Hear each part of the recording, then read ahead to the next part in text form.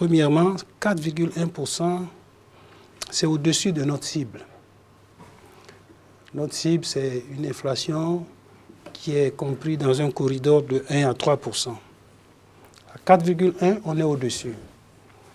Et comme je l'ai dit, c'est le même niveau que le deuxième trimestre. Donc, ça ne baisse pas suffisamment. J'ai dit l'inflation est bien sûr au-dessus de notre cible, on est 4,1%. Le facteur clé qui a impacté l'inflation, c'est les produits alimentaires.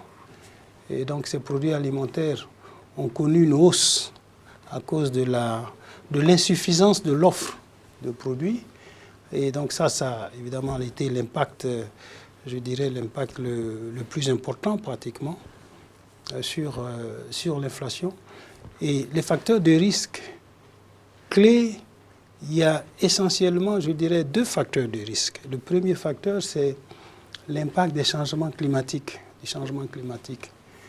Bon, nous avons connu des inondations un peu partout, dans beaucoup de pays, vous avez vu ça. Et évidemment, ça a un impact sur la production agricole. Et donc ça peut avoir un effet sur l'inflation. Il y a l'aspect sécuritaire. Vous savez que nous avons plusieurs de nos pays qui subissent une situation sécuritaire assez difficile.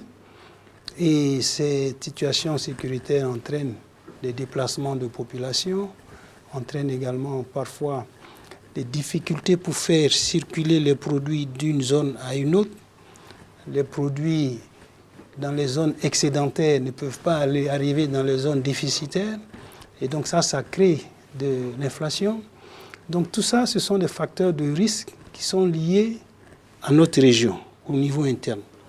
J'ai évoqué également des facteurs de risque externes. Nous importons beaucoup de produits pétroliers. C'est vrai qu'on a commencé à produire du pétrole. Au Sénégal, en Côte d'Ivoire, au Niger.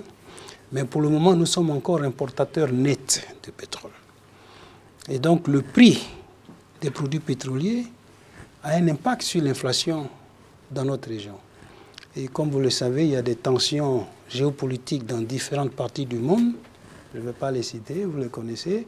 Et ces aspects ont un impact sur le prix des produits pétroliers.